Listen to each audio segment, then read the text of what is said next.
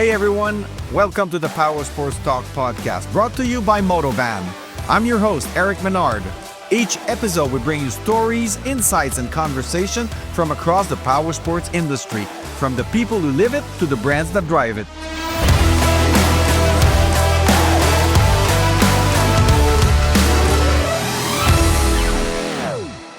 So today on the podcast, we are hosting Mark Talarico from OGIO Powersports. Hi, Mark. How are you? Éric, how are you? I'm good. It's cold in Montreal, but I guess for you in California, it's pretty good. Yeah, it's nice and sunny here. Yeah. Sorry, I don't mean to rub it in. I like the yeah. So before you were working at OGIO, what were you doing? Okay, so my career path has always kind of been in the sporting goods industry. So prior to OGIO Powersports and the OGIO run, I was head of sales at Easton Sports, right? I headed the baseball, softball side of OGIO's business, right? So I did that for 10 plus years, 12 plus years. And prior to that, I worked in various retail. I worked for the two biggest U.S. sporting goods retailers on the buying side. Okay. So yeah, I worked for Dick's Sporting Goods in its infancy. When I started at Dick's, 8 stores, and when I left, I think they had a mid 40s. Okay. Right, and then I bought team sports, so I bought baseball and hockey and American football and soccer, and so that was my buying responsibilities for the chain. And then later on, I went to Sports Authority, who at that time they had 400 and some odd locations, and I was actually I bought golf. So okay. Yeah. So it was run the sporting goods gamut here. So yeah. And how did you get involved with OGIO? After my time at Easton, so we had sold the company to private equity in 2007, and I stayed on at Easton for another couple of years. No, that's not accurate. Probably about a year, and then just kind of it ran its course, and the ex-CEO who I reported to directly at Easton took an ownership stake in OGIO, and about 4 of us were ex-Easton on the management team, and ended up at OGIO in Salt Lake. Yeah. Okay. So let's talk about the products. I've been using OGIO bags for many years.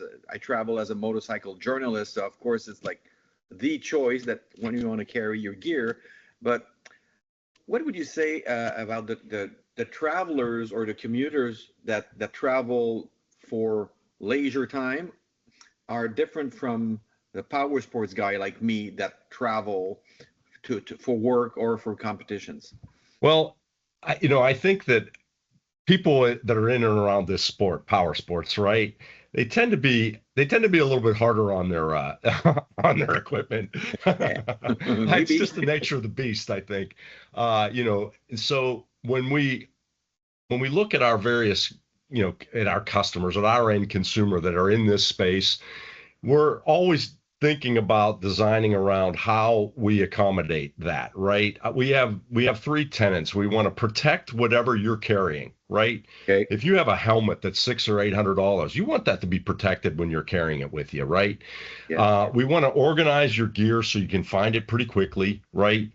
And then how do we allow you to transport that or carry that comfortably? So every time we look at any given product, that's our scope, right? It's How do we protect what you're carrying? How do we organize that for you? And how do we allow you to either transport or carrying that comfortably, right? So, well, that's pretty good, because we feel it when we use the products that it's tough and there's a lot of space and there's protection for the helmet also on those big power sports bag. You've been involved with a lot of people that do power sports, either a motocross guy. How do you select the athletes that you sponsor? This is a fabulous story that predates me at OGIO Powersports. But in OGIO's history, we've never paid an athlete or sponsored like a rider or a pilot or anything like that. It's always on a gear only basis, right? And this started with OGIO's founder, a guy by the name of Mike Pratt, years ago when he founded OGIO almost 40 years ago. One of the first people that got involved was Travis Pastrana, and Travis was one of the first to really make extreme sports mainstream, popular. right? He must be Right. tough on the gear also. So this is an interesting story. He came to Salt Lake to meet Mike talking about getting involved with OGIO, and they were in his office and just speaking about. And Mike was asking, Travis about what is it something you always wanted to do and never done, and he said skydive. And they literally an hour later they were in an airplane going to learn how to skydive, the two of them. Okay. Right. So that from that point on, it became more of for Mike and then successive leaders at the company. It became a family. These athletes were more than just a promotional spokesperson. They became part of OGIO. They became part of the DNA and like kind of the fabric of the brand. I know that sounds kind of corny, but to this, even to this day, we have relationships with 100 and some odd motorcycle athletes and athletes for in various driving, from Formula One to NASCAR to you name it. We're involved, but all these people are involved because they love the product. Number one, it fits their kind of how they travel, right? And again, they become part of this family, and so it allows us to, we're a very small company, especially only the OGIO Powersports portion of it, but it enables us to have a pretty broad reach in the sponsorship And side. I guess you are using these guys to get feedback on the products too. Well, I will tell you, the bags get really used, right? Mhm. When you're during a Supercross season or a Formula One season or a NASCAR season, they're going in and out of trailers, right? And they're getting banged up and they're getting beat. And that's always been from the beginning. We've always taken kind of that feedback from either an athlete or any end consumer can call us and leave feedback. We welcome it. We really do. So and again, that kind of led us into this POC. How do we protect? How do we organize? How do we allow you to carry it comfortably? Because that's generally the feedback is around those three things for this particular end consumer in the power sports world, right? We really take that feedback from the athletes seriously. Because you've been there for a while and you've been in the industry for a while, so I guess you saw the first OGIO bags that were offered 40 years ago you were mentioning? Yeah. So how much did the product evolve from 40 years ago? It's supposed to be phenomenal. Well, you would think, but it really, I will tell you, the flagship product for power sports is our OGIO Rig 9800, right? It's known throughout the power sports industry, and people have them for years. I mean, 10, 20 years. And so that product was launched I'm guessing about 28 years ago. And really? It has really changed little from 28 years ago. Part of our success was not trying to fix something that wasn't broken. If we had a product, it works. We leave it alone, and then we'll iterate off of that.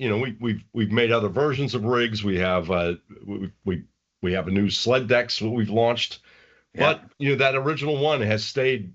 We've stayed pretty true to that because it's something that's worked, and specifically for our customer, it's worked for 27 years. And if it's not broke, don't break it. But I guess in the beginning, there weren't any, ways to customize it like you have now. You can buy some yellow wheels or stuff like that. Is that new? Is that a new trend? Yeah, that, in the last, 5 or 6 years, people want to show their personality. Yeah. You'll notice too, this line has broadened out, right? We used to have, if you bought a black Rig 9800 in 1995 and you bought it today, very little change. But now we have that bag in 9 or 10 different colorways, right? Solids, prints, that is still staying true to the DNA of OGIO, which was, the founder said if it didn't smell like gasoline, right? It wasn't really an OGIO product, right? So it needs to be this adrenaline-driven thing. And so even some of the and we allow our design team to be a little bit creative sometimes. We're not making a million of anything, we make enough of them to get out in the Yeah, market. They're that's interesting. the People, problem. I kind of wanted to dig it. talk to you about this. I want I looked at the retro model that it's sold out already. I was like, geez, I missed it. Gone. Yeah, and sometimes we do create that phenomenon, right? Like Yeah. and those are fun, and sometimes we miss on them. We don't always get them right, but when Yes. we get them right, they're a lot of fun. They sell out right away, and yeah, it's a lot of fun. So It's a lot of fun. And but how do you make them so tough? Because there's a lot of products out there that they're saying, hey, we're the toughest, but when you use them, they're really not. You guys have like the big wheels, the big zipper. I've traveled extensively with Ojo bags, and they really are tough. And I'm like, how do you select, the zipper provider and the wheel provider? It must be it's a science, I guess, to select the right products. well, I think we pay a considerable amount of attention to who these suppliers are, right, in the first place. What we try and do is we've always tried to our goal has always been to provide the end consumer with a great product at a fair price. We're not always going to be the cheapest because that leads to problems. And our other, the other, what our design and development, primarily our development team is responsible for knowing who our fabric suppliers are, who the zipper supplier is, who the webbing supplier is, who the thread supplier is. And we really don't allow our factories to select those partners. We do that, right? So we know that process from the beginning, from the raw material stage through the finished product. We know who it's coming from. We know who's sewing it. We know, that at the end of the day, we're trying to avoid problems before they can happen. And if you know your supply chain from that, that beginning from the raw material stage, you really build, and these have been relationships now for 20 some odd years. And knowing these people for 20 years, that they don't cut corners. They're not trying to save a nickel by thinning out something or making something that just isn't up to kind of what our quality standards and expectations are. Okay. What are your strongest market? Is it mostly, I guess, the United States and North America? But I North guess America, yeah, U.S. is our largest, and but through our co-brand partnerships, we make product for almost every major machine manufacturer in the world, right? So we make product for brands like BMW, Ducati, Dainese, KTM, and all of the said KTM brands. So that's Husqvarna, Gas, WP. Yeah. If you're talking about Polaris, we make bags for Polaris for a short while. yeah, yeah. And we make for Polaris Marine. So we make products for boats. We make Polaris for snow machines. So Sea-Doo and Ski-Doo, so we're involved with all these different brands all over the world. And so that allows us, we penetrate markets where OGIO may be little less known. But outside of North America, our next largest market is Australia, for OGIO specifically, and then Europe. But we sell a lot of product in Europe because of our co-brand partnerships. How many bags per year do you know? Must be like, yeah, I do. I have a pretty good idea. We sell roughly about 400,000 bags a year. Oh my God. Wow. Yeah. That's a lot of bags. That's a lot of traveling.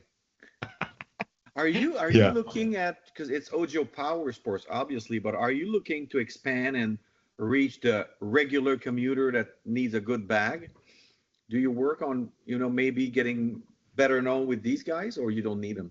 Well, so we're a licensee, right? So as we're a licensee of OGIO, the brand, and they're in what I would consider the lifestyle space, which is bags for everybody, a general commuter. They make luggage. Obviously, they're still in the golf business because we were acquired by Callaway Golf. So with that happened in 2017.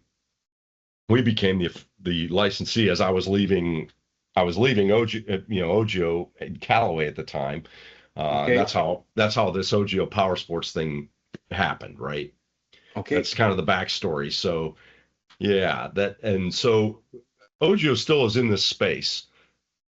For us, we love being a kind of in a very niche market. It allows us to really focus on this specific customer, And I right? guess it's the niche. They have money. They're passionate about their sports. So paying 400 or 500 bucks for a good bag, it's no brainer.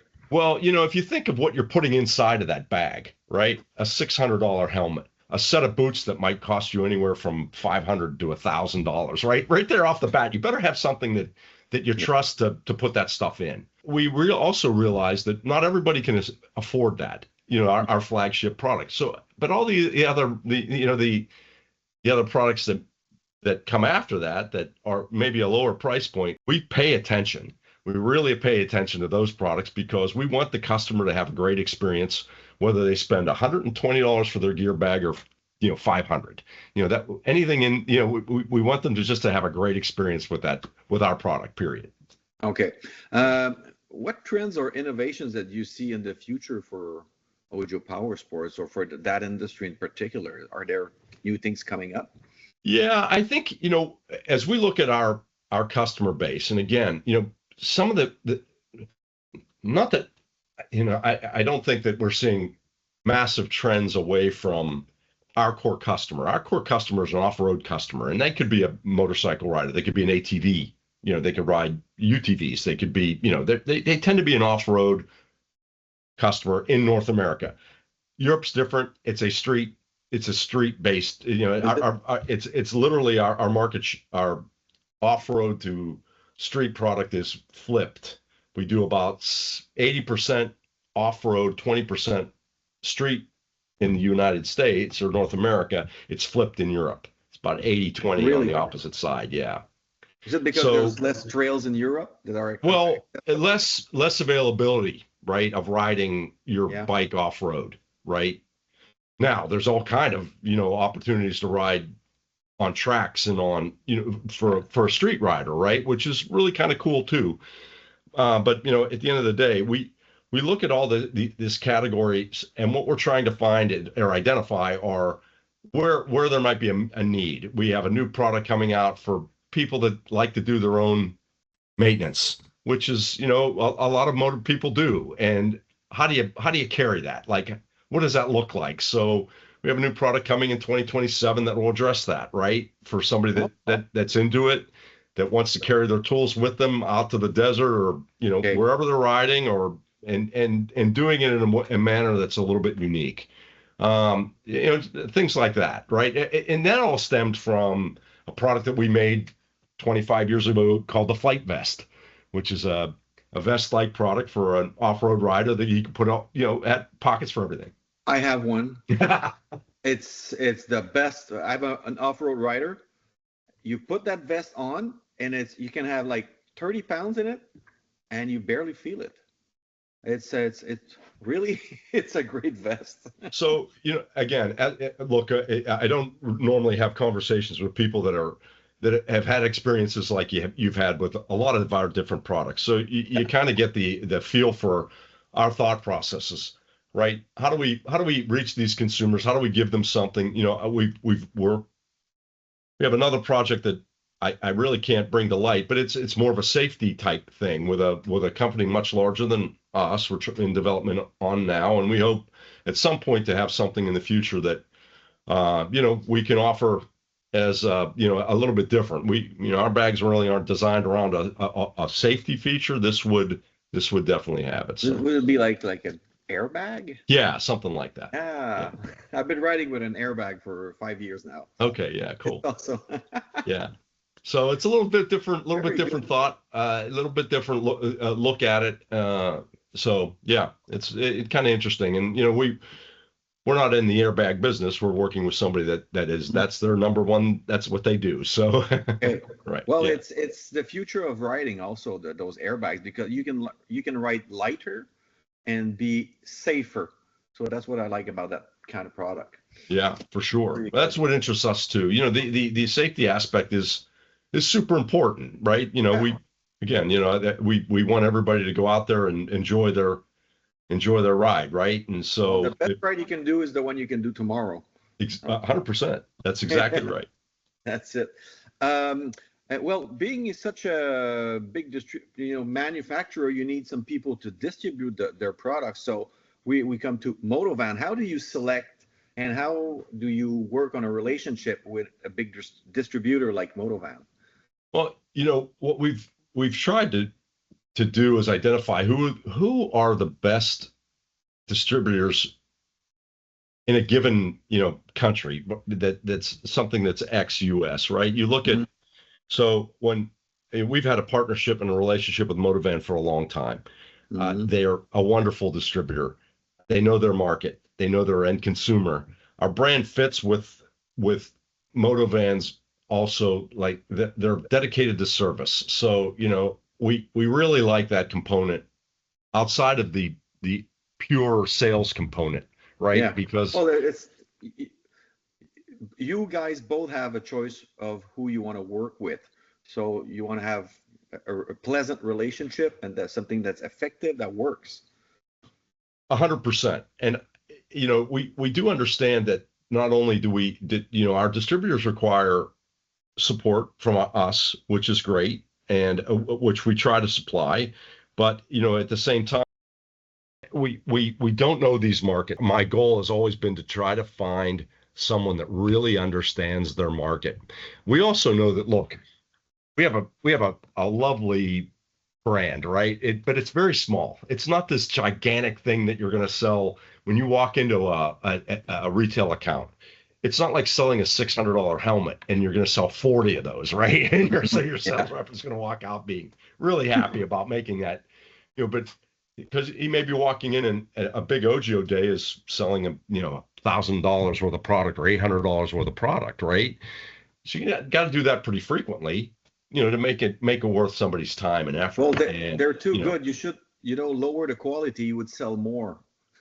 Yeah, that's that has never been our philosophy, right? We always felt very comfortable about, hey, listen, we're gonna, if we give the customer a great experience, maybe the next time he doesn't need another gear bag, but he might need something to carry his helmet in or his boot in or his goggles or something. We make a bag for all these different products, so that's our hope. But when we're finding a partner like someone like Motovan, they tend to be unique in each market. If there were 20 great distributors in every market, then you'd have a harder time really trying to find the right one. Distributors like Motovan, like I said, are unique. And so it was, for us, it's a great relationship. We think that we trust them implicitly. They know their market. I've been at OGIO 2010. I think I started at OGIO specifically. So I've known, we've been a part of it since that time. That's a long time. But they also, listening to what you told me earlier, they are also big in sponsorship in Quebec, in Canada. They do sponsor a lot of athletes. And there's also the family side or the family thinking at Motovan. I get working with them is that you do feel like you're part of the team or part of the family when you work with Motovan. So I guess that's another a great fit. Yeah. For us, it's a great fit. Honestly, just a wonderful, it's been a wonderful ride. Honestly, you can really enjoy your job when you're enjoying the people that you're working, with, right? Sometimes, the businesses can be challenging, right? I mean, when you're working with a really good partner, you're weathering the storms and you're enjoying the good times, right? So, but like I said, we are very fortunate that Motovan's our partner in Canada, and and some of our other distributors who've been with us equally as long, right? I mean, we tend to get into these relationships with distributors, and we're looking to be there for the long term, right? And again, it's not my business to tell them which one of our products to sell. They know that better than I do, and I kind of let every distributor tell me what's working for them, and we do take that feedback. Really, we take that feedback very sincerely, some products might not work in certain markets, and we get it, and no issues, right? So you got to adapt. I think that's a great comment. Through this business over the last 15 years, we've seen some wonderful peaks. Yeah. and we've seen some valleys. But again, through all of this, if you had a very rigid way of thinking, I don't think you would have been as successful as either, as Motovan has been or we have been to this point, right? So we're very fortunate, right? And what about the next 10 to 15 years in the industry? Are you optimistic about it? The customers are the customer base is always renewing. I'm actually very excited, right? I think there's my generation who's kind of aging out. Oh. But I see, I'm so heartened when I go to motocross events, and the stadiums here the supercross events are packed, right? And there's a lot of young kids, and they're even the riders today. I go to races, and I see the guys that are riding now, and just to me they just all look so young, 18, 19, young, 20 years old, right? And even from I've been to a couple of MotoGP races, and you can see that there are a lot of talented young people that are practicing this sport who love it, and that's the lifeblood of what's next, right? And it'll be and I see a lot of promise. I really do. And so again, as long as people can continue doing this, practicing this sport, enjoying it, it's like anything. I just think that people having fun, being outside, doing this thing that they love, it'll create opportunities for us 10 years from now, 20 years from now. Surely. We hope for them, because we've had a lot of fun riding. Heck yeah. That's a true statement. What do you ride? Not any longer. No, you're done? No, I was down to a Vespa, and my wife made me sell it. Enough said. Exactly. Well, Mark, it's been great talking to you. Very interesting. We're talking about luggage, but it is interesting. So it's a science that people need to know more about, I guess. Oh, well, like I said, I enjoy any time I get a chance to talk about it, because I think that look, we make a great product. We'd love for more people to experience it and have a great experience with it. So I appreciate your time today. I appreciate the questions. I hope I didn't bore you to tears. No, it's great. I'm passionate about everything about motorcycles or power sports, so it is interesting. And I've been using the products for many years, as I said, so it's very interesting for me to talk to you. So thank you very much for being on our podcast, and I guess we might see you next year. Well, I hope so. I'm always available. All right. Thanks. Thanks, Éric.